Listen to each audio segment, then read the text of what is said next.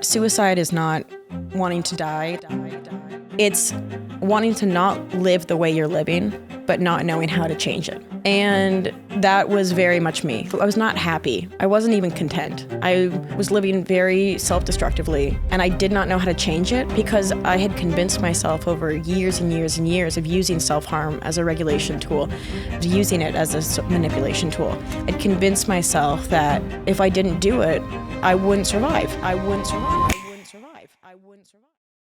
Welcome to another episode of the Harder to Breathe podcast. I'm your host, Ryan Dusick. I was the founding drummer of Maroon 5, but I'm now a licensed therapist, an author, and a mental health advocate.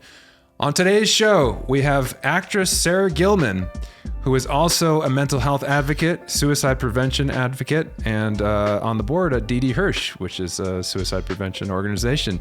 Wonderful conversation with her. Can't wait for you guys to see this. She's so articulate and so interesting and really just describes everything she's gone through in a really, really wonderful way. It's very engaging. But with me, as always, is my co-host, Doug Maylard. How you doing, Doug? I'm feeling overwhelmed that my library isn't up to snuff with hers. She talks about a very impressive personal library of books at home. Yes, with 1,300 books, which, as you and I both know, is approximately the size of the Coliseum. yeah, I think you could fill this room with books. Are you a reader? Do you read still? Well, I know you went to grad school. I'm sure you had to read a lot, but for leisure, I go through kind of cycles with reading. It's weird because I do enjoy reading, but it's usually very purposeful when I do it. Mm-hmm. And in particular, in this phase of my life, it's like educational, right. It's inspirational, it's things that have to do with mental health and psychology. And I'll get so into it and I'll go and I'll just burn through like a dozen books in 2-3 months. And then I'll get burnt out on it and I'll go like months without really picking up a book that I don't have to for any other reason. And I don't know why I get out of the practice of it. And then I'll wake up one day and be like, you know what? I should get back into reading again. And then I always enjoy it when I do. And it always feels like enriching. Right. But I'm also finding that I actually had a realization recently that so much of my life in the last 5 to 10 years since I got sober and started this whole journey has been about purpose and has been about doing things that create or have to do with the meaning in my life and being of service, which is a wonderful thing. And it took me out of the self-obsession and the hedonistic lifestyle, which is a escapist kind of lifestyle of addiction. But I think if anything, I like went to another extreme where like anything that's not highly purposeful, anything that's not like, high-minded and sophisticated and it has to do with this elevated sense of self feels kind of meaningless, feels kind of like, oh, that's beneath me. And I think that's part of the reason, whereas I was trying to like escape by having just pleasure and escape and avoidance and fun, for lack of a better term, all the time.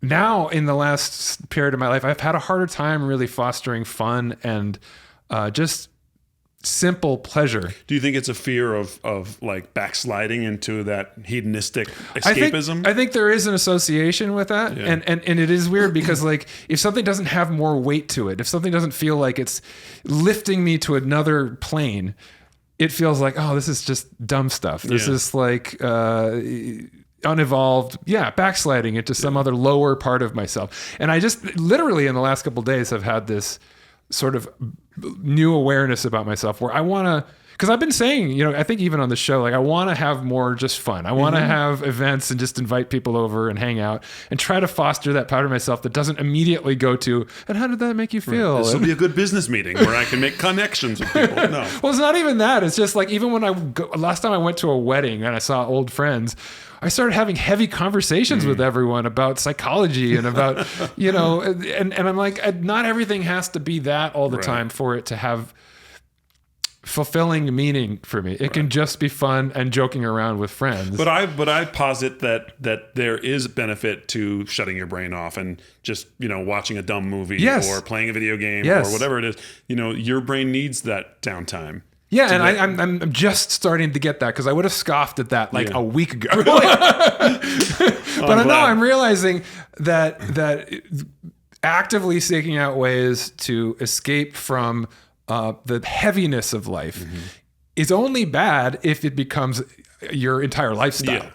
There is a balance between these things. There are times, to everything there's a season. There are times when melancholy and serious, introspection and retrospection are necessary and fulfilling in terms of achieving greater understanding. Right. There are times when that is not necessary and when it actually leads to burnout and to making you more depressed. Right. And there are times when putting that all on hold and just being present and having fun and being silly, being childlike.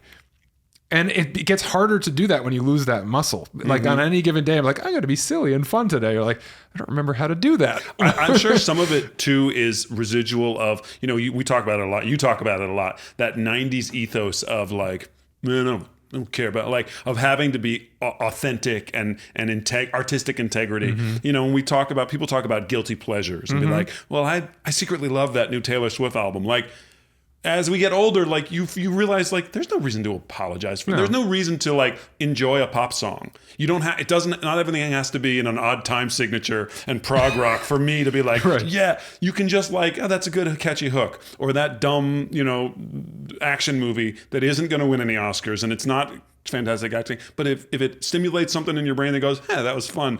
Why apologize for that? Why feel bad about it?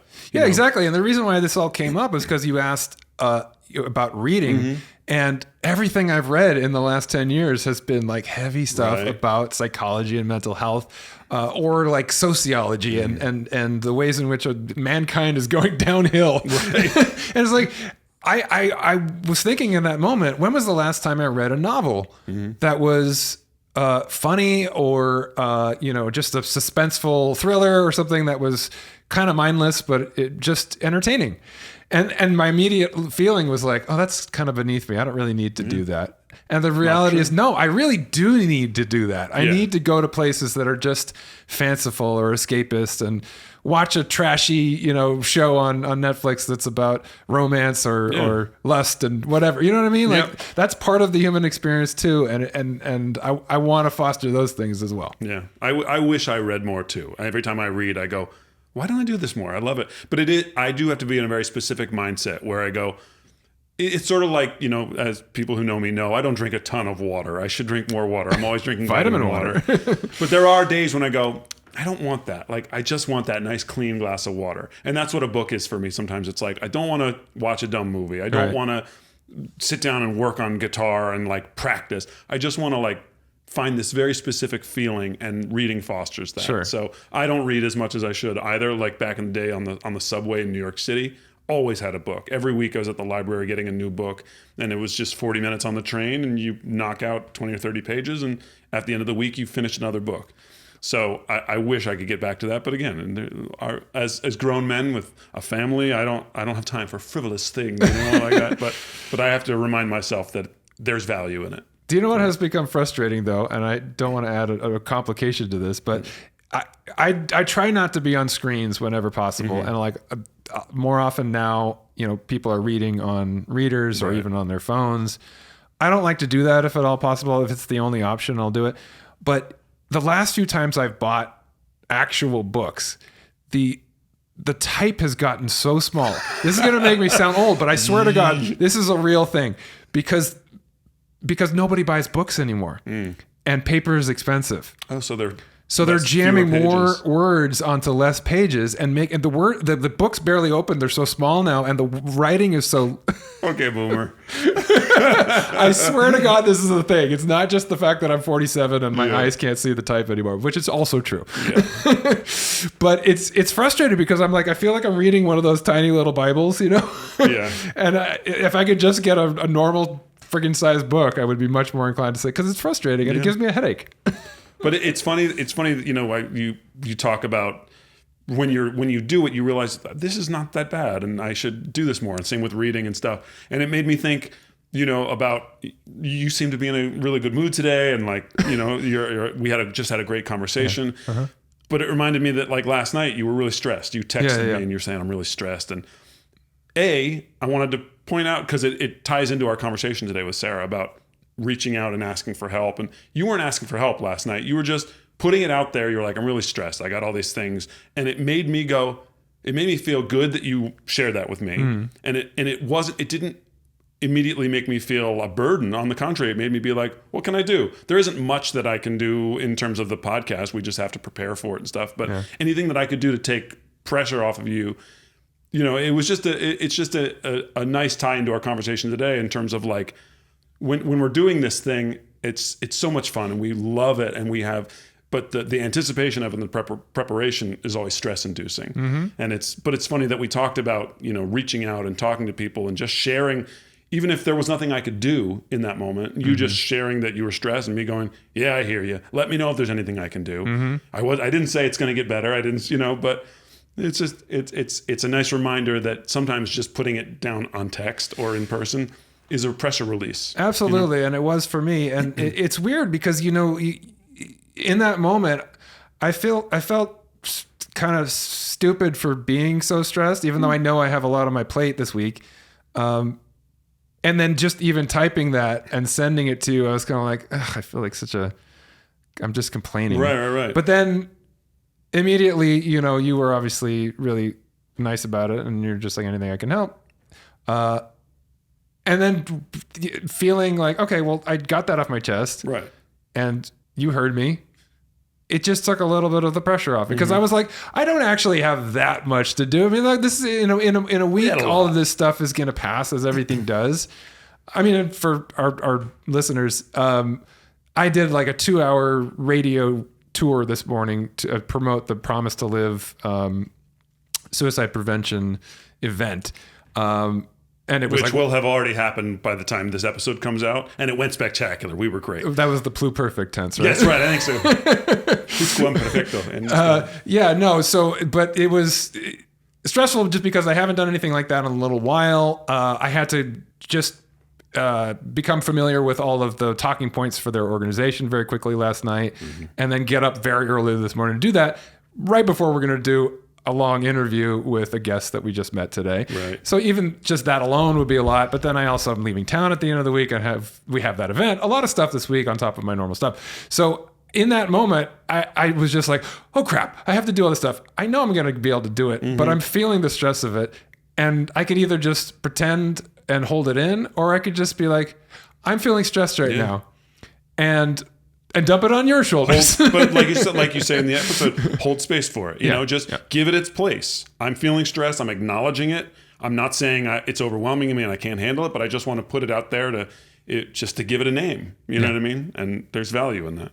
Yeah. Well, thank you. And you did help, because you did some of the prep work. Absolutely. And stuff. Speaking of which, our conversation today is a spectacular conversation, but it does touch on some difficult conversations about self-harm and suicide. So allow this to be a trigger warning for anyone who's listening.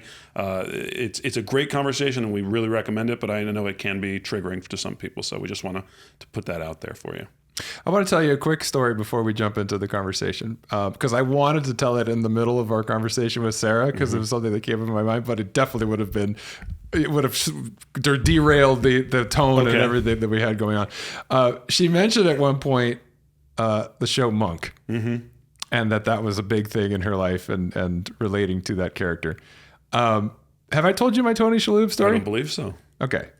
So the night that we started our band, Cars Flowers, in 1994, Adam Levine, Jesse Carmichael, and I went out and we went and saw live music, and we went on this big adventure, and we ended up at Cars' house delivering flowers. That was the name of the band. I forget where in the order of that night this happened, but at some point, late night, we went to the McDonald's on Wilshire Boulevard, right by my parents' house, and we're standing in line to order whatever we were going to order at McDonald's. And Tony Shalhoub walks in, and he's standing in line right next to us. And we're kind of nudging each other. This is in the Wings era of Tony Shalhoub. This is how long ago this is. Okay. So that's all we knew him from. He might have been in a couple other things, but we knew him from Wings. Big Night had already happened. We've talked about Big Night on Big this Night show. was 95, I think. So this was 94. Oh, geez, we're old. Yeah. Okay, continue. So I was shy. I wasn't going to say hi, but I liked the show Wings a lot. I watched it every week. And but Jesse, if you don't know Jesse's personality, I don't know if this joke will land, but he's just he has a funny way of saying things sometimes. It's a little. He's kind of the Ringo Starr of the group, like a hard day's night, 8 days a week, like these phrases that just kind of seem out of place. And he doesn't bother to explain them. They just make sense in his head. So he turns to Tony Shalhoub, gets right in his face, and he goes, "Are you on TV?" And he goes, "Yeah." And he goes, Jesse goes, "Wings?" And Tony Shalhoub nods. And he says, "Wings?" And Tony Shalhoub goes, "Yes." And Jesse goes, "Wings." Puts his hand out to shake it. He goes, "Wings? Wings? Wings." I don't know if it's funny to anyone watch this, but at the moment, I was dying laughing. Yeah. And you guys weren't even stoned. We're not even close to stoned. No. Well, Tony Shalhoub, if you're a listener, if you remember that interaction, reach out to us at hardertobreathepodcast@gmail.com and let us know. Without any further ado, here's our conversation with Sarah Gilman right here on the Harder to Breathe podcast. Sarah Gilman, it is a pleasure to have you on the Harder to Breathe podcast. Welcome. Thank you so much. I'm so happy to be here. We're happy to have you. So you just drove down for today or yesterday from Northern California, you said? Or? 2 days ago. 2 days ago. But time is a construct and it's all relative. Yeah. It's a flat circle. It's just we're all on what is it like? We're all on the back of a turtle crawling through space. Is that Scientology? I'm not a Scientologist. It's a never-ending story. Never ending story? Yeah. Okay, we'll take that. Okay. I like that better. Yeah, that's more. Sorry, Tom Cruise. He's our next guest. So we have to walk Warming delicately. Yeah, keep his spot warm. I think the stool we were going to get for you, we're going to use for Tom as well. 100%. Little feet squinting. So it sounds like you're pretty busy then. You've been working. You've been what brought you up to Northern California? My boyfriend is in the Air Force Reserves, so he's up on base there. He's a pilot, and so tried to go visit him. The Air Force base is wild. You can't just drive on. Nope. You only got to drive on anymore. Nope, you can't. They have to do like a little background check. You get like a visitor pass, and you have to carry it around with you all the time. So of course I forgot it the first night we went off base for dinner, and we're coming back on, and I'm like, oh my gosh, I don't have my pass. I don't have my ID. I have my passport. But it's fine. They thought I was a minor. And you don't have to check. Also troubling for your boyfriend trying to sneak this girl back on the base. Yeah, but I was like, okay. Because you don't have to check IDs for minors.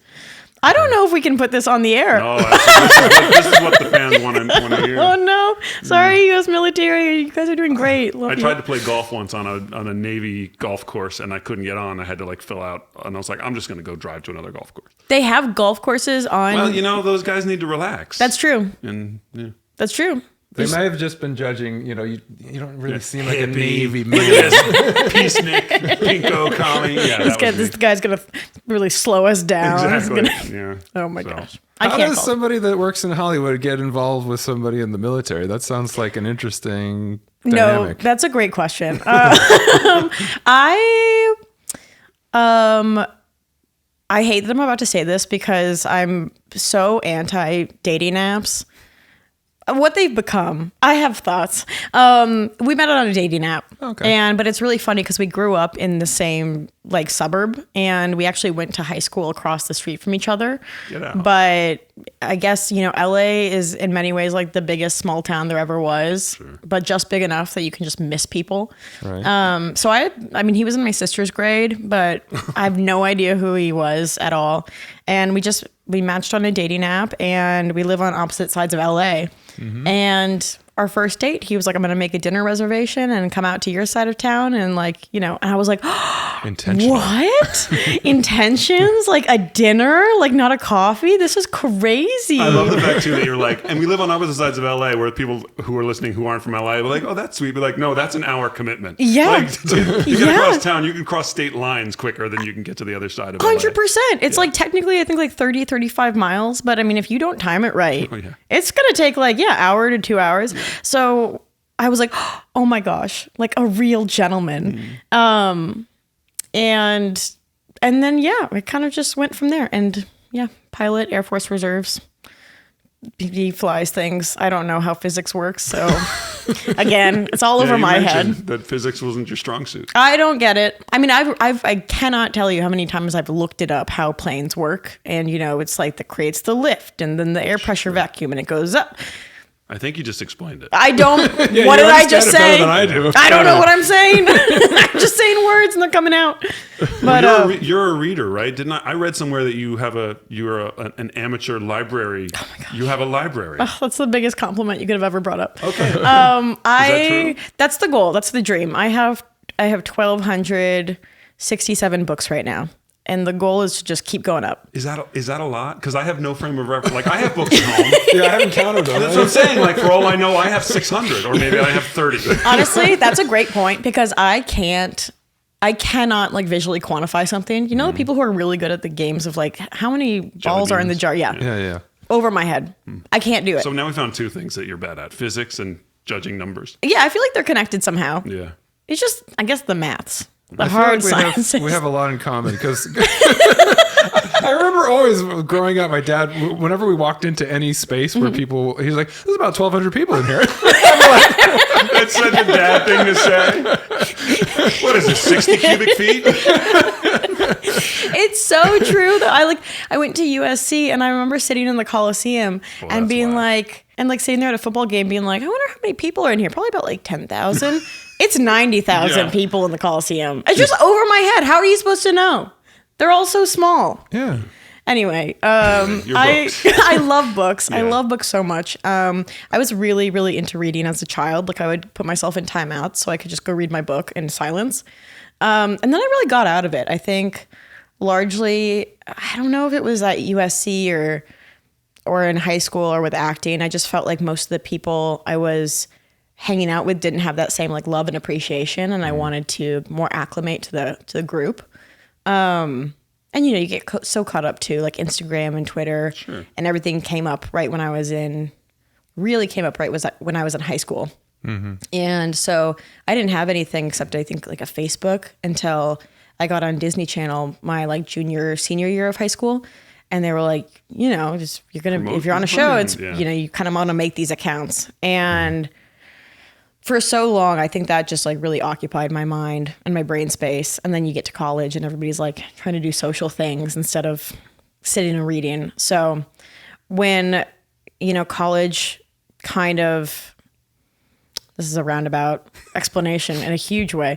My mental health really declined over the course of college in kind of different ways and different aspects. And it was in my last semester that I really needed to like take a step back from everything and kind of like refigure out who I was and who I wanted to be, that I got back into reading. And the collection's just been growing from there. I've only read about 30% of my books, but I find a lot of comfort in like waking up and going and seeing them there and just knowing that like there's stuff yet to be learned. And it's like you're conversing with everyone who's ever talked and written something down in history, It's just like this one grand conversation that's continuing. Wow, that's a great way to look at it. Yeah, I like that. Let's back up for a minute, though, because you mentioned a lot there. And I feel like there's a storyline that leads up to this moment in college that you're describing. I'm so curious because I know that people that start young in acting and actually are working professionals when they're in school, that can be a really difficult dynamic between being on set. Were you going to school full time at the same time, or you were? How did you do both those things at the same time? So for Disney Channel was the first kind of like regular lead role that I booked when I was in school, because I started acting probably when I was about 12. It was a complete accident. I wanted to be a detective. My dad was in the LAPD for many, many years. Oh. And I was so fascinated by the idea of like going into a career where you just like solve problems to try and help people. And Bones was out at the time too. And so I was like, you know what? Because my dad was like, there's no way in hell you're going into law enforcement. I'm not letting my baby girl do that. So I was like, okay, then I'll become a forensic anthropologist, just like Temperance Brennan. So I like went into this whole thing. I started memorizing all the bones in the body. I was like, this is it. And then one summer, my parents needed somewhere to put me for summer camp, like for just like during the days. And my 5th grade teacher was like, has she ever tried theater? She talks a lot in class. And so I started going to like That was my path. yeah, that's how they get you. They just Exactly. see you and Like, they go, you're a oh, troublemaker. Let's put him on stage. pretty much. They need an outlet. Yeah, so I started doing it and I just felt so free, maybe is the right word. I mean, I think this is you hear the sentiment from a lot of people who go into the arts and who find that creative outlet, where it was like really the first place, especially, you're in middle school. Everybody has a horrible time in middle school. And it was the first place I felt like I could go and not be judged and just like be weird and be zany and say weird stuff and not have like the judgment of my peers. And then I just was like, I'll just keep doing it until it doesn't work anymore. And it's kind of like still been working. And I think that confuses me because I don't think I thought I'd be 29 and an actress. But this is all to say to your original question. Oh no, my teacher was right about me. I talk a lot. To your original question, I wasn't really around much my senior year. I think I lost a lot of kind of social connections that I had in my class. We were only in class of about 105, so it was relatively small to begin with. And, I can make the argument, and I think it's true, that I left with the closest connections that I needed, and those are the ones that still last today. But at that time, I was pretty much teaching myself everything on set because I was 18, or I was legally 18. And so I was 17 years old, but you can, in California, get it's not a diploma, it's not your GED, but it's the California High School Proficiency Exam, because you're more likely to book as a younger actor if you can work adult hours.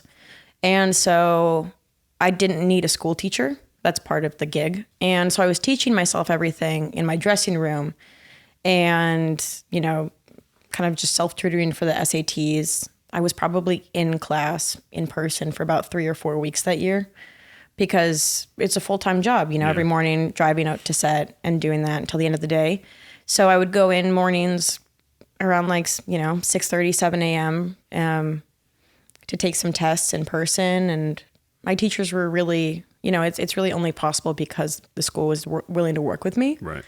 And there were ups and downs. I mean, I really missed out on the social aspect. I don't have a lot of memories or connections. I didn't get asked to prom and no one said yes. So it's you lose out on some things, but obviously the experiences I gained on the other hand, and that's just life, I think my favorite book is Meditations by Marcus Aurelius.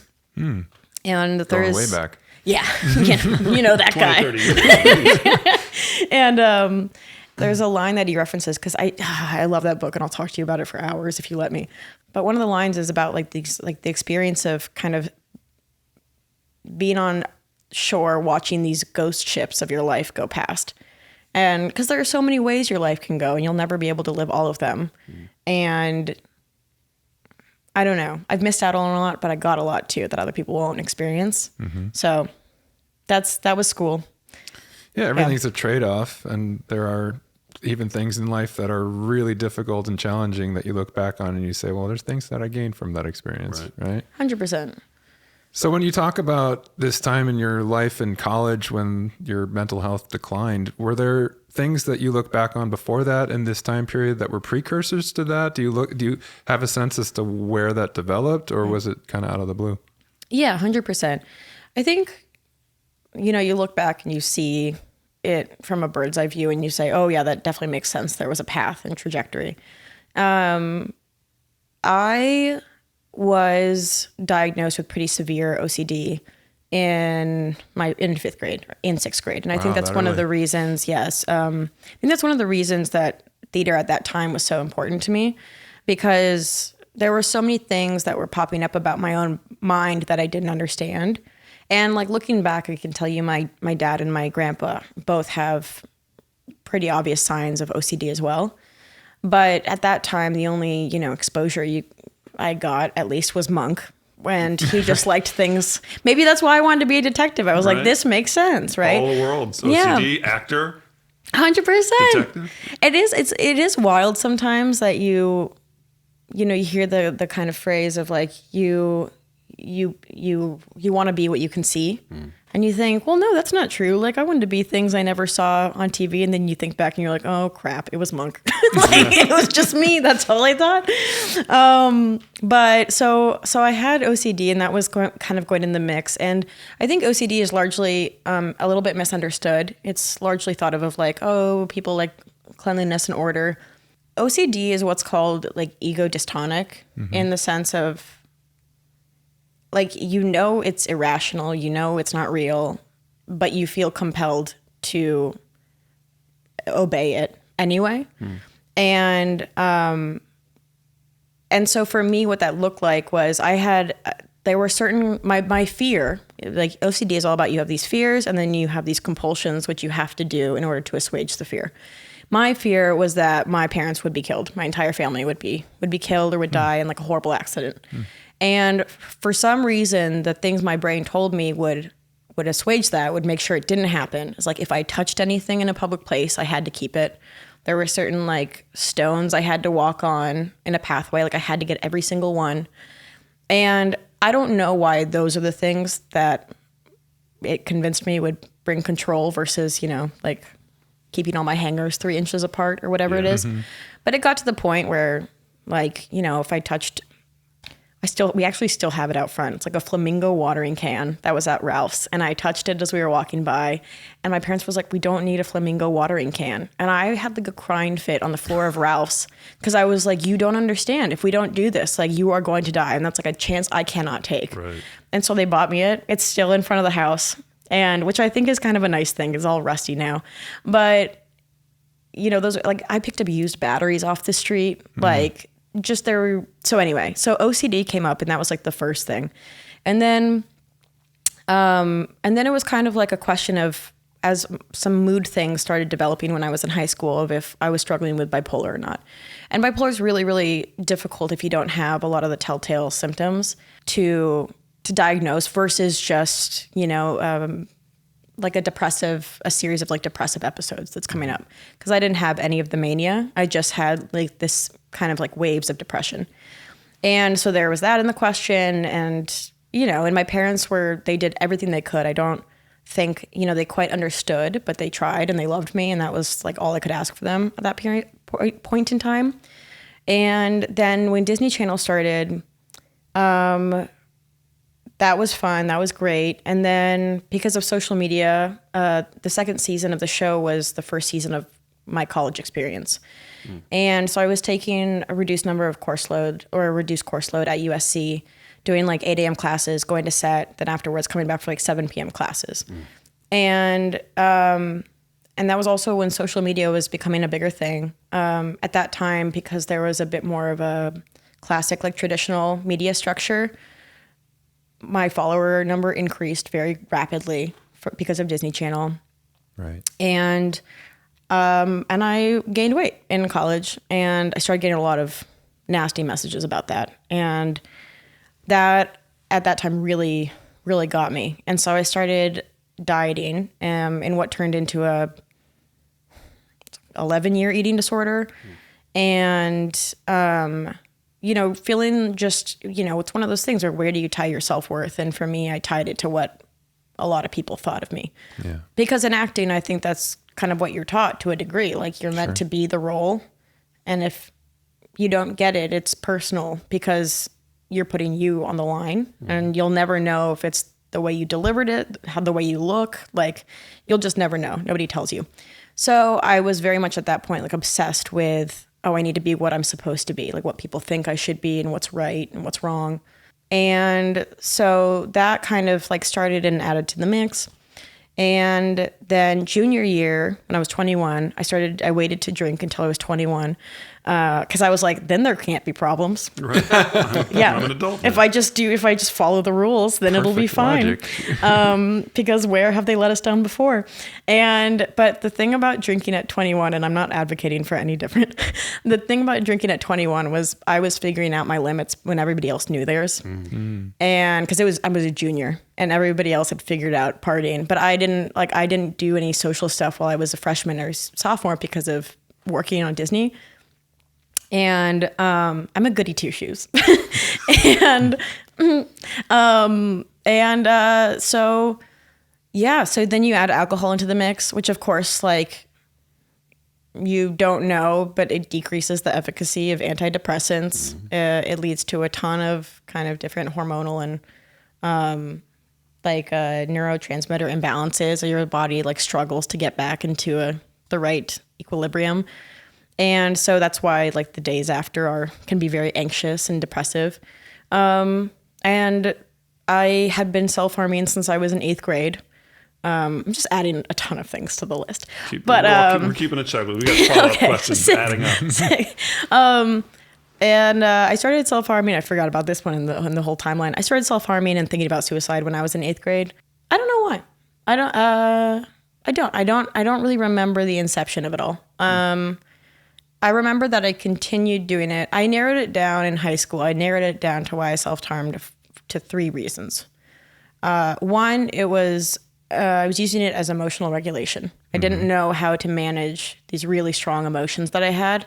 And the easiest way to numb it was to hurt myself so I could like distract from the emotional pain by focusing on physical pain. Yeah. The second reason, which is not great, but I admit it's true, is manipulation. It was this, I didn't know how to communicate well. And so in lieu of communicating with words, I tried to signal to people that they had hurt my feelings or hurt me or let me down or made me feel a certain way by hurting myself, and hoping that they got the message that like this is your fault. Something that was visual. I'm sorry to interrupt you, but like so they would be able to see, oh, there's scratches on her arm or cuts on her arm.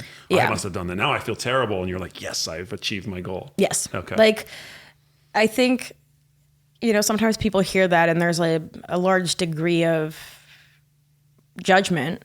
But if you think about it, it's a bit more of an extreme way of like passive aggressive behaviors, right? In terms of like, oh, you get into a fight and, your parents are in a fight and your dad slamming all the cabinets, right? Or your mom slamming doors. It's like, that is a less intense version of the exact same thing. Right? Of using an action in lieu of words to try to signal to someone that you've hurt my feelings or I'm unhappy with you. And for me, unfortunately, it just came out as hurting myself. Because that to me felt like the most like straightforward, direct and emotional way I could do it.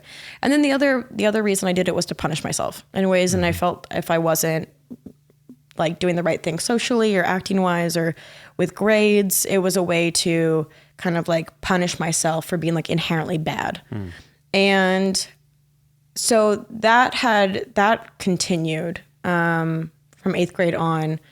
This is actually the first year I've had 1 year without self-harm in 17 years. So, so like, light at the end of the tunnel is it's changeable. At the end of the day, it's a behavior. But anyway, back in college, at that time, I'm struggling with an eating disorder. I'm struggling with, mood imbalances, social media and social pressures, like still self-harming.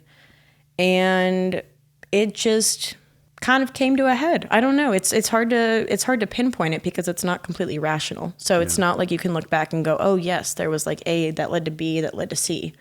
It was just this very big like maelstrom of pain without the knowledge of how to externalize it in a healthy way, in a productive way. Productive meaning like actually getting to get resources. And so that's when I had my suicide attempt. It was my junior year of college.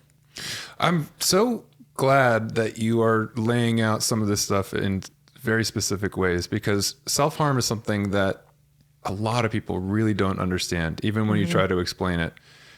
Because to somebody who's never experienced that individually or in their family, you say like, well, why would anyone do that? Yeah. Even if you're in a lot of pain, why would you add pain to the pain that you're in? Yeah. And laying it out so clearly in terms of the 3 different factors of why you think you were doing that, it's very understandable. I mean, when you see it that clearly, like you can understand, like, yeah, because even the analogy you made in terms of like your parents are slamming doors or something. Now imagine the kid who's in the house while the parents are doing these passive aggressive or aggressive things. what tools do you have as a child or a teenager to get their attention or to distract attention, to try to help the situation resolve, to self-soothe. Mm-hmm. If you're overwhelmed and feeling like the world is scary, if you're feeling like what's going on inside is intolerable, what's going on outside is intolerable, you can always do something physical to yourself to pull yourself out of that, or to pull attention away from that, or to redirect and create some situation that's different than the situation that was intolerable. Yeah. And so whether it's again hard for people to understand that it would be self-soothing, but it is when you think about what pain you must be in order to consider something that painful to escape that pain. Yeah. The manipulation, to take ownership of that, because a lot of the word manipulation we associate with like only terrible people manipulate. We all manipulate to some extent. We're all trying to find ways to change situations either to our advantage or to make ourselves feel better or to make other people feel better. And to think of it in that way, it's like we're just trying to get our needs met. Yeah. We're just doing something in a moment of discomfort or pain to change that feeling or to change that situation. So thank you for really making that clear. Yeah. Such an honest assessment too, like of self-knowledge, of being able to look back and say, here's why I did this, you know, and it could be embarrassing to admit that to an extent where, you know, when kids are acting out, when my parents were going through a divorce and they were like, well, he just wants attention. And it made me so angry. And in retrospect, of course I wanted attention. And that's not something I should apologize for or be ashamed of. And the fact that you can see among those causes and the reasons why you did that it was like I was trying to get people to notice the pain that I was in. You know, if I, like you say, and as an example, parents slamming doors, when a kid slams doors, what happens? Parents say, stop slamming your door. Whereas no one says that to mom or dad. Oh, they're mad. Let's leave them alone. Yeah. So you're crying out for help and for attention, and people just immediately, oh, they're just a kid being a kid. Stop slamming the door. So to do something more extreme to get their attention, you know, for you to acknowledge that and realize that it shows an amazing sense of self and braveness. So thank you. Thank you. It really came. No one teaches you any of this, which I think is why we all get to adulthood and we're like, why do I do the things I do? And you're right that a lot of times when kids emulate their parents' behaviors, they're punished or dissuaded from doing that, or like that's not the right way to it's okay for address me this. to do it. I'm an adult. Yeah, and so you're getting this weird conflicting messaging where kids are not dumb, right? They're observing the world. They're seeing it in ways that humans have, like, adults have largely shut down because you know, predictability, control. We try and make it as simple as possible, but if I'm a child and I'm seeing someone slam the door because they're unhappy, and then I do it and I'm told I'm not supposed to do it, but I see that's how you're handling it. Like, imagine the cognitive dissonance that comes with that. And one of the things you're learning from that is, I shouldn't talk about it. I shouldn't externalize it because I'm getting weird messaging. It's not. And so you do turn to other things. And I think in terms of kind of finding those metaphors, because self-harm is still largely stigmatized in a way that suicide even isn't. Because I think it is so difficult for people to understand. Like, suicide, while a lot of people have not been actively like suicidal, I think it's a pretty human instinct to have that passive thought when life gets way too overwhelming and you're driving on the freeway and everything's like, you know, really work's big, family's big. It's a very human instinct to think like, well, what if I just like drove off the road right now? Like that's not a plan. It's not like you're actually going to do it, but it's a thought. And that, I think that is a very human thought to think things are too much. How do I make it stop? I think people understand that to a degree, even if they don't struggle with it. I think self-harm is a little bit different. And I remember when I was really trying to get into the mental health advocacy space and deciding that if I was going to keep social media, I wanted to just keep it in order to share mental health resources. It was the most difficult to find organizations that specifically spoke about self-harm. There were so many organizations that speak about suicide prevention, mental health services, and substance abuse, but very few that specifically say we're focusing on self-harm. So what I actually started doing is reading some like peer-reviewed journal papers that were coming out of this lab at Harvard. This awesome clinical psychologist named Matthew Knock. And he and his lab were specifically focused on self-harm behaviors and like why people did that and how to hopefully dissuade. So like suicide at one end of the spectrum, but eating disorders, non-suicidal self-injury, that's what it's called when you hurt yourself without the intent of killing yourself. Right. And I started reading all about it, trying to figure out why my brain was using that to towards what ends, like you were talking about, like kind of trying to identify why is this the way I'm going to trying to handle all these things. Because, in college after my attempt, all my friends left, like every single one. Like my best friends from kind of acting came to me and said like, Sarah, we love you. We can't watch you hurt yourself anymore. Like you got to get a handle on this or else like we just can't do it. And like, obviously that created emotional turmoil in myself and, a lesson that I had to unlearn along the way that was like, if you're too bad, then people leave, right? Like that led to a different journey of like vulnerability I had to relearn. But I understood, like I get it, I wasn't helping myself at that point. It was years of me like hurting myself and just doing these really impulsive, dangerous behaviors and kind of like honestly passively trying to kill myself, right? Before I could actively do it, I was passively doing it if I look back. And I understand why everyone left, but it really left me alone in this period where I had to come face to face with the reality that I was either going to keep doing the things I was doing and I was going to kill myself, or I was going to figure out why I was doing it and find a better way. Well, can I ask you, just let's give voice to that. When you talk about people don't understand what that feeling is, what was that feeling for you when you would self-harm? Can I ask, were you a cutter? Was that what people do? I mean, I don't know much about it. No, so. That's okay. It's good. I mean, like it's, the way that we talk about these things is really important and before I got into any mental health advocacy, I took a lot of courses to figure out, because a lot of people have really great intentions, especially with like, eating disorder recovery. They begin their recovery and they're like, I want to help other people. And so they post pictures of them at their worst and they say like, look at, this was me and look at me now. And I remember seeing that as someone who was trying to start my own eating disorder recovery, being like, well, I don't look like that. I don't look that bad. Should I get worse before I get better? And there are really great intentions everywhere. And I think sometimes that impulse leads to unfortunate consequences. But this all to say, I'm so happy to talk about self-harm because nobody does. Or not nobody, but very few people do. I burned and I cut. In many ways, one of the ways that I kind of narrowed down why I was doing it is the fact that I did it in such visible areas. That's how I knew part of it was a social response, because some people self-harm and they do it in places where they don't want anyone to see because it's purely a coping mechanism. And the fact that I was doing it, on my arm where I knew people would be able to see it and I was wearing short sleeves anyway, kind of hoping that people would see it and say something, like signaled to me, and upon further introspection, that I was trying to do it because I wanted someone to save me, right? And I'm not going to...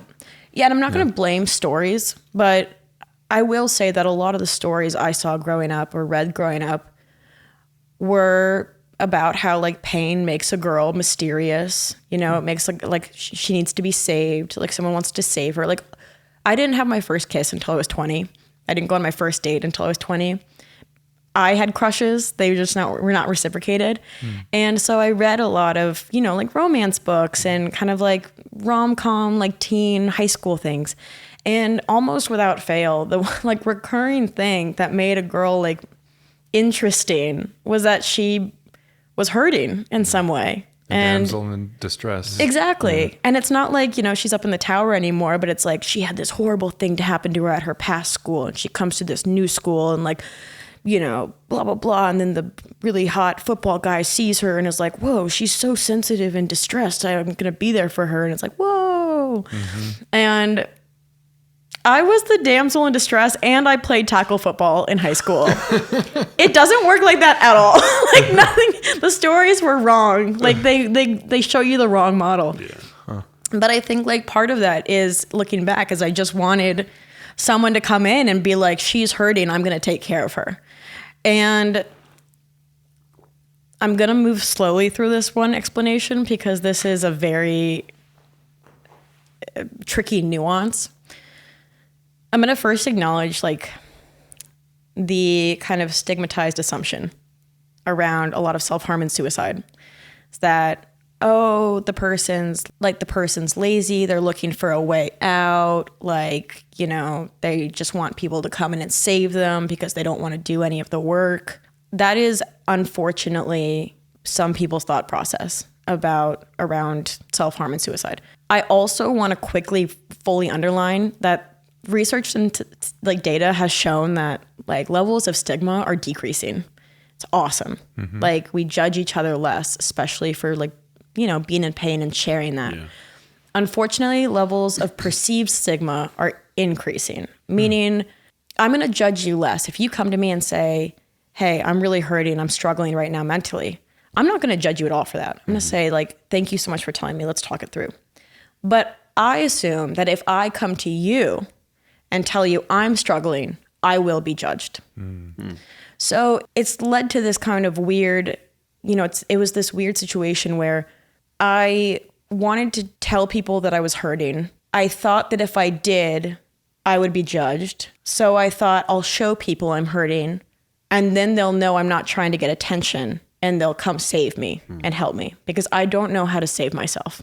It wasn't like I'm lazy, I don't want to work. It was like I literally don't know what to do right now because I'm stuck in my head with these thoughts. I've convinced myself I'm a horrible person, I'm a burden, my future is not bright. And all I know is I don't want to live like that anymore, but I don't know how to get out of there. I've heard it said, and I think it's really true, that suicide is not wanting to die. It's not wanting... I'm going to better separate that with commas. Suicide is not wanting to die. It's wanting to not live the way you're living, but not knowing how to change it. Mm-hmm. And that was very much me. I was not happy. I wasn't even content. I was living very self-destructively and I did not know how to change it because I had convinced myself over years and years and years of using self-harm as a regulation tool, of using it as a manipulation tool. I'd convinced myself that if I didn't do it, I wouldn't survive, right? Because that's how I had survived. And I think this is how a lot of people get stuck in destructive behaviors, even small ones, like, you know, you learn as you grow up dating that whenever you've texted someone back saying, no, I don't want to go on a date with you, but thank you so much, like they've responded really aggressively. So now you've learned this behavior that, oh shoot, when I'm really clear and direct that I don't want, you know, this specific attention, I get attacked. So I'm no longer going to be clear and direct. I'm going to be a bit more like evasive about it. Like, oh, sorry, I'm busy on Thursday. Maybe next time. And like the brain is a prediction machine. All it does is try to predict things to better survive. Mm-hmm. And once you've taught it that a certain behavior, like self-harm, for example, is how you survive, it's very tricky to, it's not impossible. I've done it, but it takes active effort to show yourself that you can do it a different way.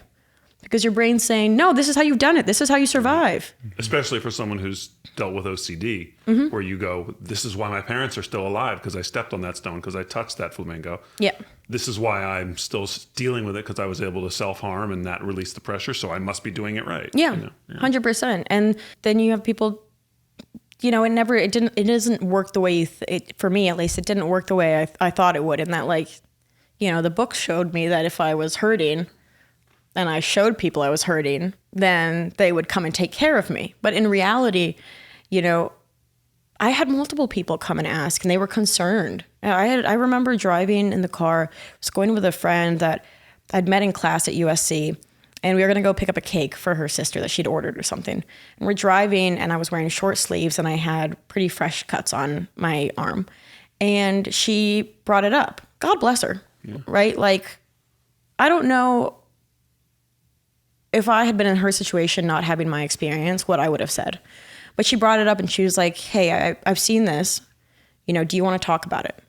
And I was like, no, absolutely, I don't want to talk about it.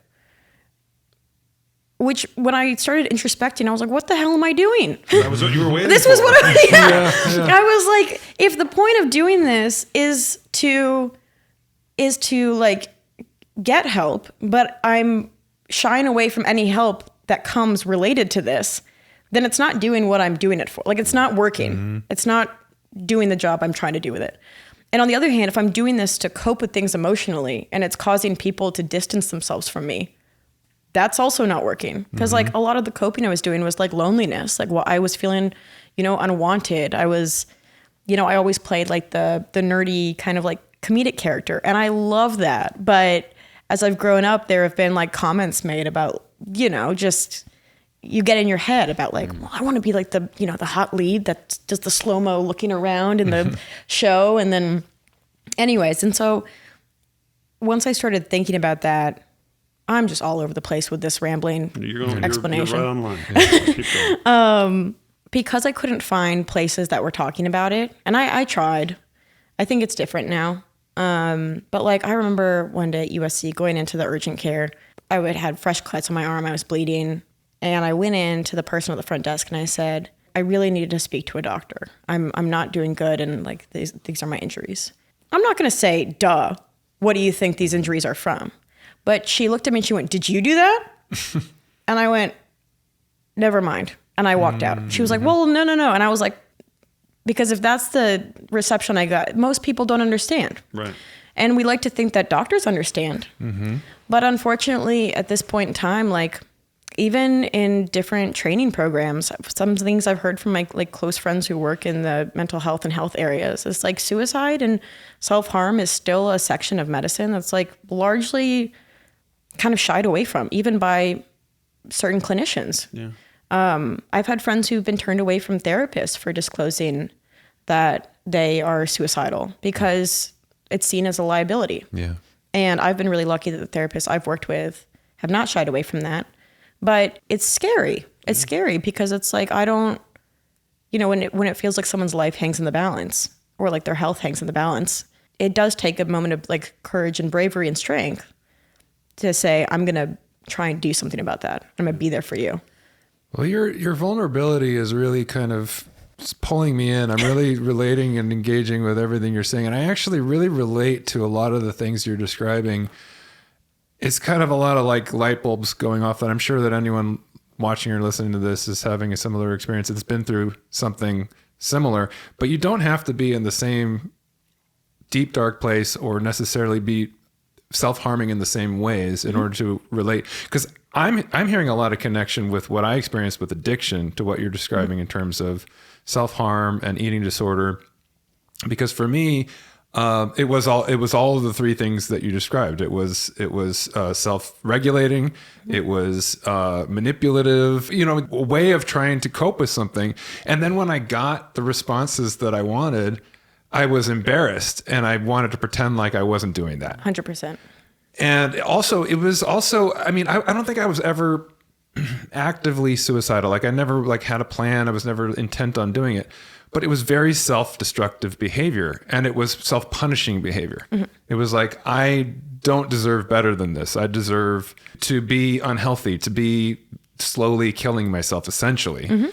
And even had those thoughts like, well, I know this isn't the healthiest thing, but if I die, like, then the pain I'm in will be over quicker, and I don't really want to live to 105 anyway if it's going to be this, right? Yeah. So, everything you're describing, I'm really relating to. And I think for people that are trying to cope in whatever way they're trying to cope, whether it's by taking a drink to numb the pain or cutting themselves to escape the emotional pain, we all can relate to the fact that we're just trying to find ways to manage what we're feeling. And it's a testament to something you were kind of implying, which is that people that are suicidal don't actually want to die most of the time. Sometimes, in their end stages, they are very intent on it. But most people either it's a cry for help, or they just want to kill the thing that is painful, the part of them that's suffering. Yep. If they could keep the rest and get rid of the part that is intolerable, they would do that, but they don't see any option. I didn't see any option. I would go to the doctor, and say, my anxiety and depression are terrible. They're unmanageable. I don't know how to manage it any other way than with alcohol. And then they'd give me a pill. And then they'd, It was like, they were brushing it under the rug too, essentially. And like, here, try to cope with it with this. And so, and then I would just become manipulative with them, and I'd be like, bearing my soul to these people to try to get help, but then I would manipulate them into giving me more drugs. Yeah. And that type of thing. Yeah. It doesn't make any sense when you think about it rationally, but it makes perfect sense when you lay it out the way you have. It's like, well, you're trying to get your needs met and you're not. And so you're like, well, that didn't work. So then I have to continue to do this. Yeah. Which is the only thing that seems to give me some relief, at least for a moment. In that moment, I'm not feeling this, I'm feeling that. Yep. So, yeah, amazing. If I could ask you then, not to make you summarize, the entire treatment, but what is something you wish someone had said to you at that point? What do you wish that that receptionist had said? Come on in, we see you. And is there something, that's something that was eventually said to you that made you finally feel understood and seen? I have a 2-part answer to this. Okay. So if I forget halfway through what we're talking about, I'm going to ask you to repeat that one. Okay. One, and I learned this when I started working in mental health advocacy, is a lot of times when you tell someone, I'm not okay, I'm really struggling, I'm hurting myself, I want to kill myself, I'm struggling with addiction, whatever it is, the knee-jerk reaction from the person you're talking to is, it's okay, it's going to be okay. I hated that answer. I called my mom once on the floor of a bathroom at USC. I was trying to nick my vein. I was trying to die. And I called her because I didn't really want to die, And I called her and I was telling her, it was like a last-ditch effort. I rarely ever wanted to call my parents and ask them for help when I was really struggling because I didn't want them to be sad. And I remember her telling me, it's okay. I hear what you're saying, but it's going to be okay. And I know it's stressful now. And I finally broke down. And for the first time ever, I said, that is not what I want to hear. Because normally I would have just hung up. I would have been like, thank you so much. Thanks so much for talking with me. Okay, bye. I'm going to be fine. Because I wasn't getting what I wanted to hear, and I would have just given up. But this was the first time. I don't know if it was because I was in a certain state of mind or whatever. And I said, that's not what I want to hear. I said, Mom, I know it's going to be okay. But right now it's not. Right now I'm really hurting. And when you say it's going to be okay, you're erasing everything I'm feeling in this moment right now. I know logically that it's going to be fine. I know that this test isn't the end of my life. Right? I know that the fact I got an F isn't going to ruin my futures, but right now it feels like it. And I need to focus on that feeling and getting through that feeling, not thinking ahead. And this happens a lot because a lot of times people, when they hear you're struggling, their knee-jerk response is, I want to help them not struggle. Yeah. I want to fix it for them. And a lot of times that makes people feel really unheard. Yeah. Because effectively what you're doing is negating what they're saying. I'm really struggling. It's going to be okay. Yeah. Those are not the same. That's not the same conversation. That's not listening. That's, I need to comfort myself because now I'm stressed out because you're struggling and I want to make you feel better. Right. You're comforting yourself. It is really hard to sit with someone who's struggling and saying, that must be really hard. Do you want to, can you talk about it more with me? Can I just sit here with you? Because I think most instincts in life, and I believe this deeply, is loss and pain aversion. Avoiding pain is more important to the human brain than pursuing pleasure. And you see this if you read into behavioral economics, right? People will go farther to keep from losing money than they will go to earn twice as much money that they would lose. We do not like losing things. We do not like being in pain. And that's pain by proxy too. It's really painful to watch someone be in pain. That affects us as humans. And so it's easier to try and minimize their pain, especially if you're thinking about it logically, than to acknowledge that pain and sit with them in it. But the latter will always be the more effective. That is always what someone who is struggling is looking for. They don't want someone to tell them it's going to be okay. That's not what it's about right now, right? And I think so often the instinct that I heard was it's going to be fine, it's going to be fine, or it's going to be okay, it's okay to not be okay. And I'm like, yeah, but that's not what it's about right now. So that was one of the things that I wish I had heard more. And even now I struggle with when I'm on the giving side, because my friends tell me that they're hurting or they're struggling with something. I just want to fix. I want to fix it for them because I love them so much. And I have to almost ignore that impulse because I know that like, nope, I'm just going to like ask them questions and be silent and let them know that I'm here. And one thing, you know, I think sometimes we feel this pressure to say the right thing when like, you know, meet the moment and like always respond. And I've been training myself to stop doing that.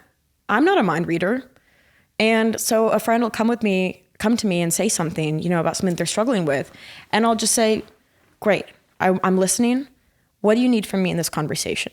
Do you need someone to listen? Do you need someone to back you up? Do you want advice? Like, because sometimes people do want advice. They want to, they want to hear what you would do if you were me. Mm-hmm. But sometimes when you get advice that you're not looking for, you know, I've had the thought, I'm like, oh, you think you know how to solve this? I've been struggling with this 24/7 for the last 3 years, but I'm so glad that you, in 30 seconds of hearing me sum it up, could think of the solution. Why didn't I think of that? You're right. I am going to be okay. And so it's like, but sometimes people do. So now I'm no longer afraid to just ask, you know, what do you need from me in this conversation?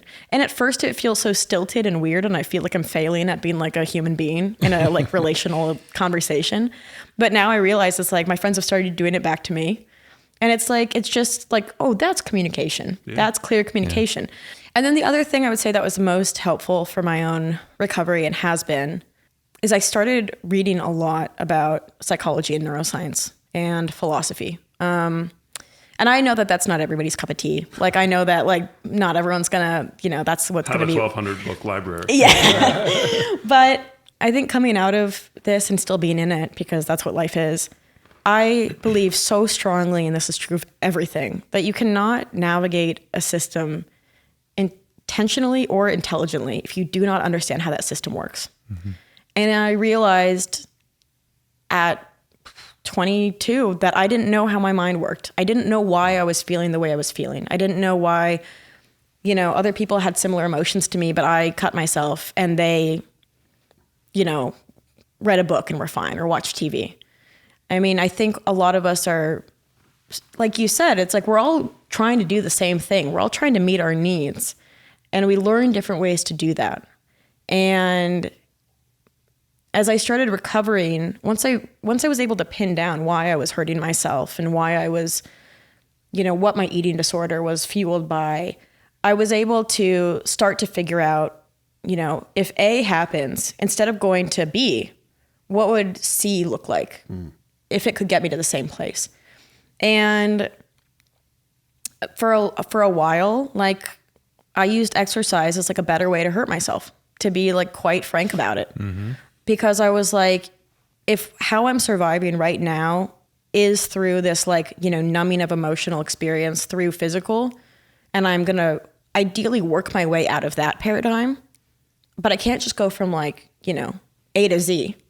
Then the next way is like, instead of cutting myself, burning myself, I'm going to go for like a hike up a big hill. Yeah. That's going to like, you know, make me feel alive and so on and so forth. But it's not going to be the same type of harm. Right.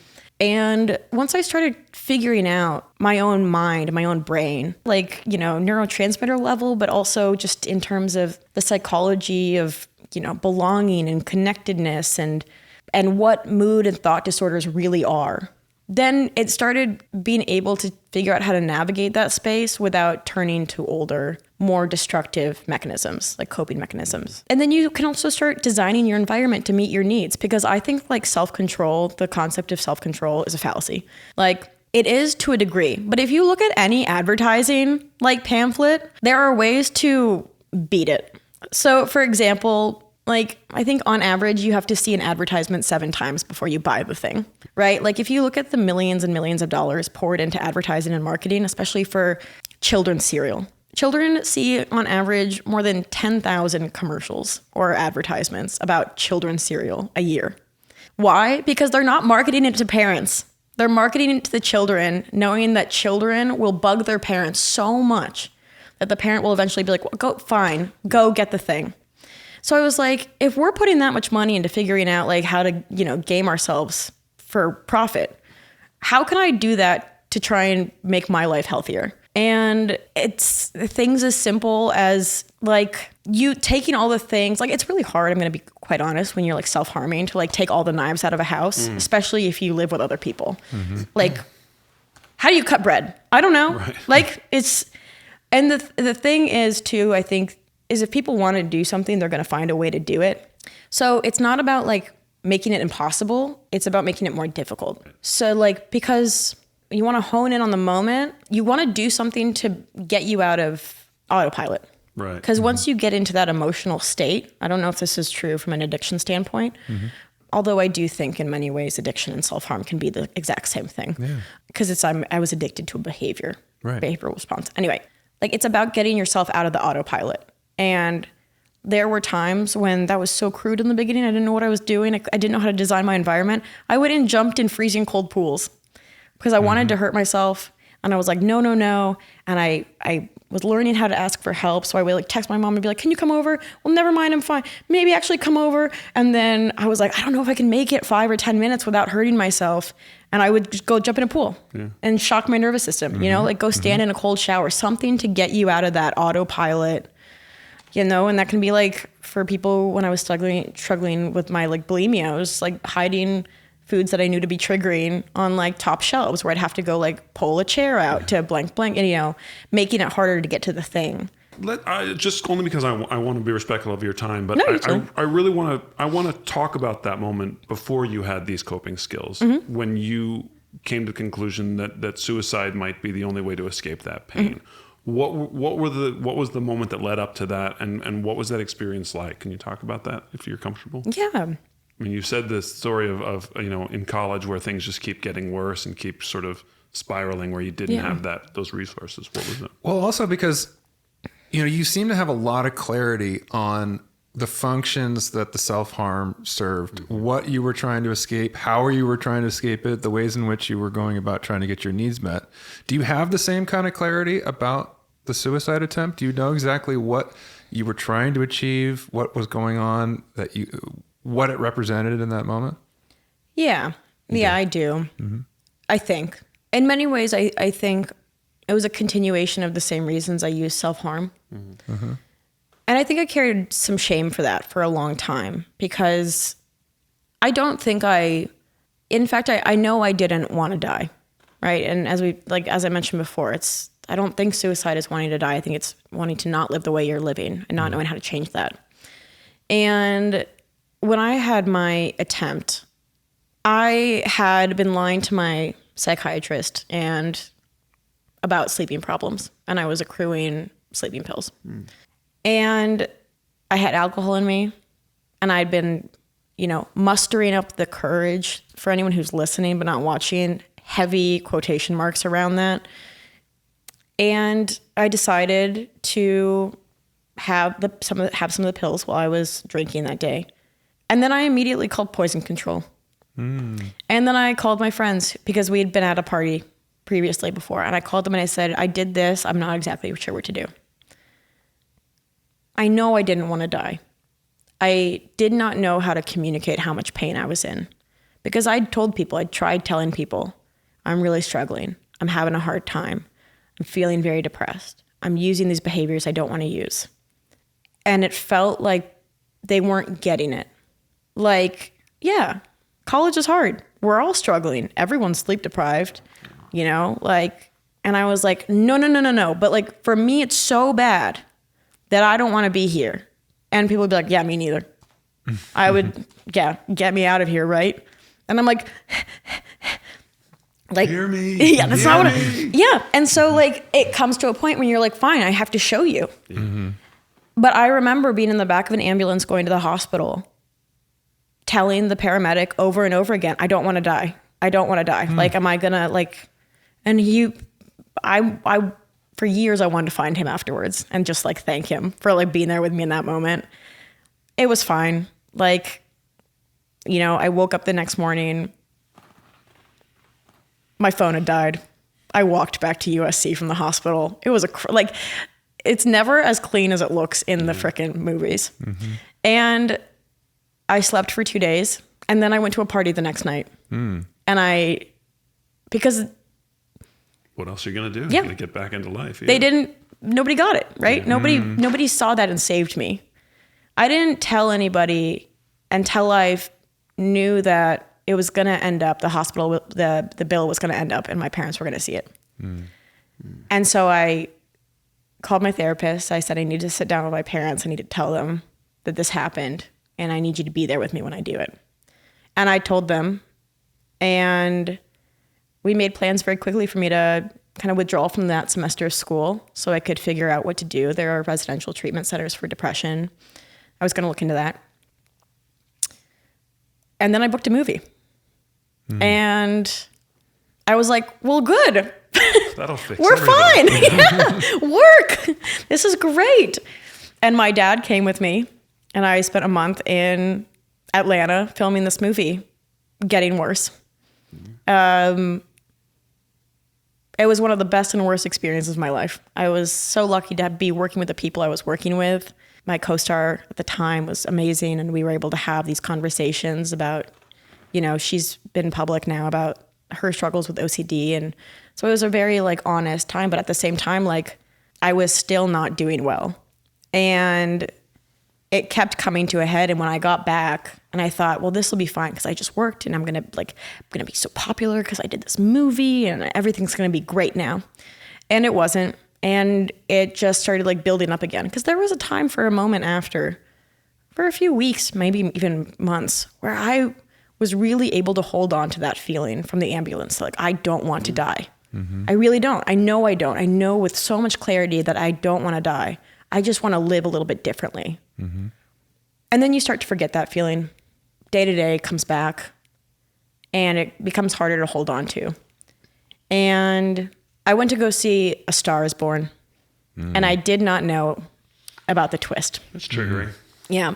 And I remember sitting in the theater when Bradley Cooper looks at the screen right before he closes the garage door. I know what that look is. I know exactly what that look is because I feel it right now. And there's no warning about it, which I get. They're trying to make a dramatic movie. But that night I went to the ocean and I walked in it, fully clothed, expecting, with the goal to just wash away.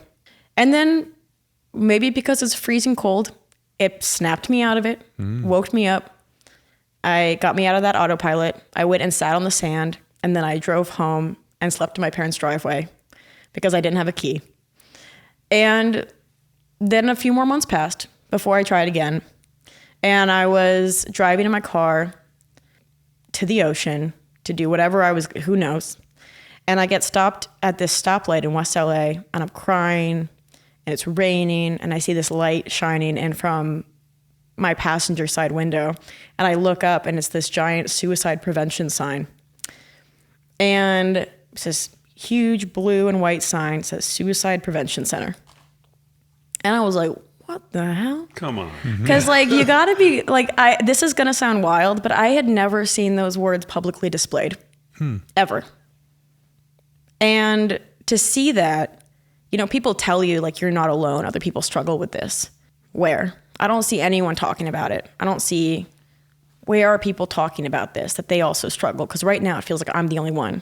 And then you see a giant sign that says suicide prevention, and you go, oh, enough people are struggling that they made a freaking building with a really big sign. And that was my little sign from the universe to stick around and figure it out. So I went home and I went to sleep, and then I kind of forgot about it because life goes on. And then during the pandemic, I was going through my first breakup. I was struggling. I was seeing people online struggling. And I was looking back through my photos, and I saw a picture that I had taken that night of the sign. And I was like, that's my sign. And I was like, I got to get into suicide prevention. I need to help people. I want people to learn how to live with their brains. Because at that point, I was doing better. I was doing a bit better. Still struggling, but I was doing a bit better. And so I realized that sign was attached to an organization called Didi Hirsch. And I DM'd them because I decided if I'm going to keep my social media, which I don't want to do, but my team wants me to do, then it's going to be about mental health. It's going to be people are struggling right now. I'm struggling. We should be connecting about this. So I reached out to them and I was like, hey, I'd love to, share resources. If you guys have any resources you want me to share, I'd love to do that. Hey, love you guys. Love your sign. And they were like, absolutely. And so we started working together. I learned later that sign is the first place in the nation where they publicly displayed the word suicide prevention. Well, you took the right route that night. Right? It's crazy. I believe in the universe. I don't know what I believe in other than that, but and now, they have a annual 5K every year. This one's coming up in September, and I've emceed it the last 2 years, spoken at it. Like, that was the first place I spoke publicly about my own story. And I love them so much. I love the work they're doing. There's so many people in this space that are working hard and just like want people to stick around and want to help people. And I wish I'd figured that out before, but maybe I did it, everything happens for a reason. The timing is all the reason. See, this is the part of advocacy and talking about these things that I think a lot of people don't understand, because a lot of people, the big criticism is, well, we talk about this stuff and we have these events and these galas and nobody ever does anything really. What are we doing to solve the problem? We're just talking about it. Mm-hmm.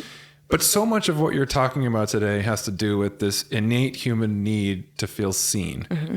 to feel represented, to feel like somebody understands you, and to not be dismissed. Yep. Right? To validate the things that you're feeling. And whether it's your friends, your family, it's therapists, mm-hmm. it's this person, this paramedic who just held space for you in that moment when you were riding along. Like, and that phrase, holding space, has become sort of a punchline, but that was so hard to do. That was the hardest thing to learn as a therapist, because even the people who are the most empathic, the people who are the most well-intentioned, the people who want to be of service mm-hmm. in the ways that you're describing, in that moment, when somebody is being truly vulnerable with you and sharing things that are really difficult, your first impulse is to make yourself feel better by trying to figure out how to fix it. Yeah. Or to say, as you said, it's going to be okay. It's going to be okay. Mm-hmm. And it does come from a good place of, obviously, of care, of wanting to make their pain go away. But it also is selfish in mm-hmm. terms of, like, I'm uncomfortable with this. I don't want to sit with this right now. And the first step is allowing someone to be seen. Yes.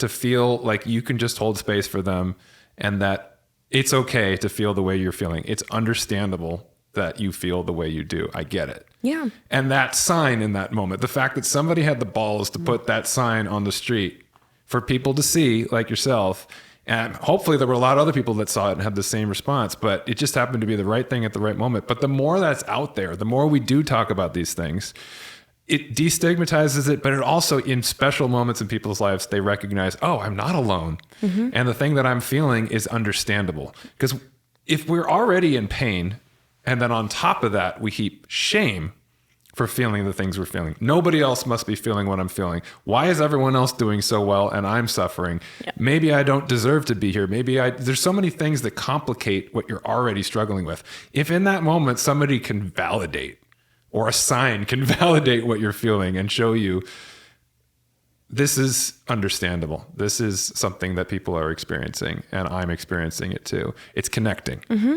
It allows you to feel connected to something bigger than yourself. 100%. I read it once in a book that I highly recommend. I shouldn't have read it at the time. I think, looking back, I was not in a good headspace to read it, but it is a wonderful book. It's called Suicidal by Jesse Baring. He's an academic based in Australia, but he also has had many a struggle. He's a writer. And it's pretty much like this deep dive look into what suicide is, what it has been historically, like the different theories around it, because it's so largely misunderstood. This studies into, can animals feel suicidal, or is it a specifically human thing? And I was reading that, and there was a quote in it, because he pulls a lot from different historical texts. There was a quote, I want to say close to like the medieval or Renaissance ages. And it was this idea of, I'm going to paraphrase it, but if you can't live for yourself, you can always live another day to help someone else. And that, to me, is really what sparked reaching out to Didi Hirsch, because at that time there's another line in there. The suicidal mind is an inherently egotistical mind. And not like, me, it's all about me. But in the way that you're so focused on what you perceive to be your own shortcomings, the ways in which you're a burden, the ways you don't measure up, the way in which your future is hopeless, right? Like, all of that is what I call negative narcissism. I don't know if there's like a clinical term, but it is like a me thinking, but it's about how horrible you are. Like I used to joke that I have like supervillain complex because I would be like, I'm just the worst part of every situation. And masochistic narcissism. Yeah. And so during the pandemic, when it was like hard to connect with people and like get out of my brain that way, I would go hiking to hills and look out at LA and remember how many other people were walking around. Like it wasn't just, it would get me out of my head in that way. But speaking to can I just tell you really quickly how the Suicide Prevention Center came to be? Please. Sure. I love this story. I don't think it's told enough, and I love it so much. So the field of suicide prevention is relatively young. It was started in pretty much the 50s, and it was started with these two psychologists who got money from the Veterans VA, Veterans Administration? Veterans Administration? Yep. Yeah. They got money from the VA to look into veteran suicides after World War II. And this was like the first time money, like public money, had gone toward this. I mean, suicide prevention wasn't even known as kind of like, a phrase yet. And one of those scientists or psychologists, Edwin Schneidman, kind of put a word to the term of like what he called psychache, which is kind of that mental, emotional experience akin to like, a physical experience of like ache and pain, but mentally and emotionally. And, made a theory about how that led to suicide. Anyway, so they start the first nation's suicide prevention center. But mostly what they're doing there is research and like consultations, because when someone dies and and it potentially could be a suicide or unclear circumstances, they do what's called a psychological autopsy. So in addition to the physical autopsy that a coroner or medical doctor does, they'll have like a psychologist come in and do a psychological autopsy based on the perceived state of mind of the person at the time. Do we think they took their own life? Do we think this drug overdose was intentional? So on and so forth. So they were building up their kind of name cloud in the space. And Marilyn Monroe died. And there were questions as to whether that was a suicide. And they reached out to this center, these two guys, and they said, hey, can you do the psychological autopsy for Marilyn Monroe?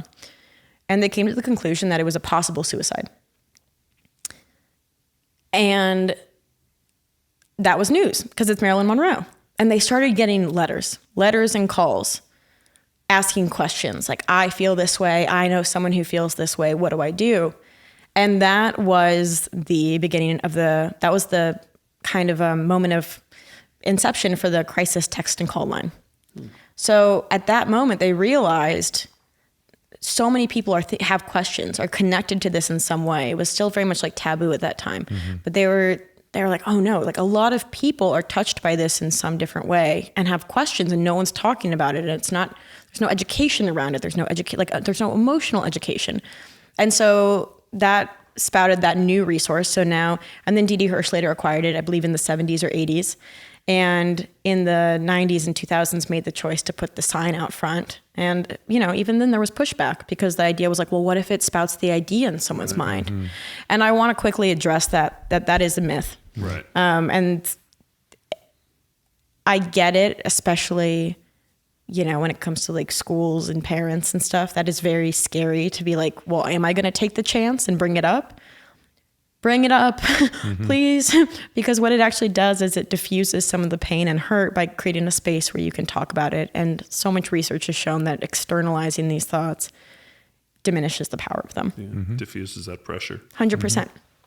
And so that's how the center came to be. And now they have services for substance abuse and mental health services and suicide prevention. They also have these support groups for survivors of loss and survivors of attempts.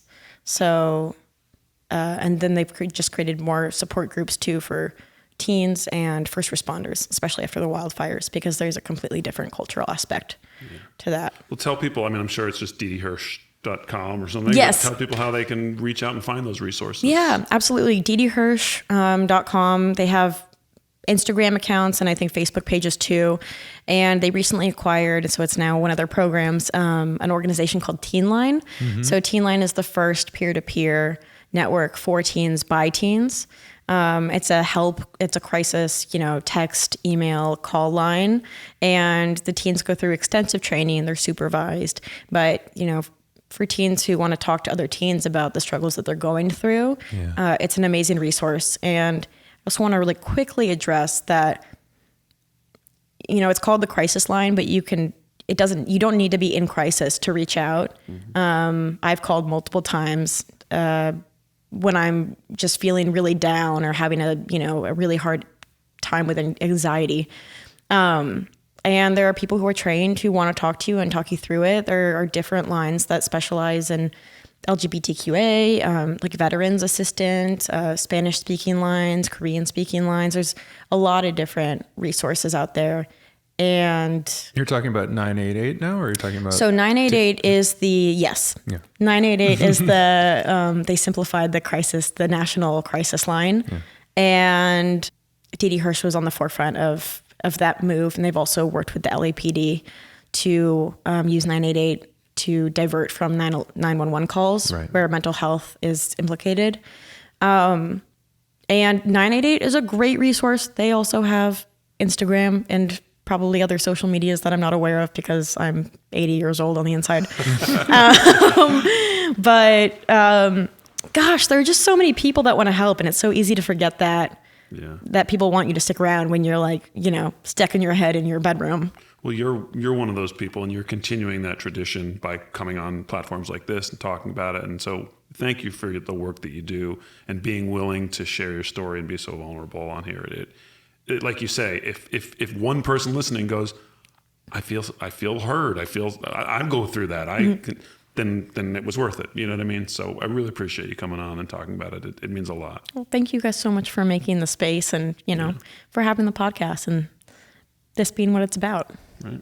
Yeah, it's so connecting, and you're so articulate in the way that you talk about this stuff. So you really have found a second or first calling, beyond the talent that you have as a performer, this is another level in terms of how you reach and connect with people in a really helpful way. So it's really inspiring, and thank you again. Thank you for coming on the show. Thank you so much.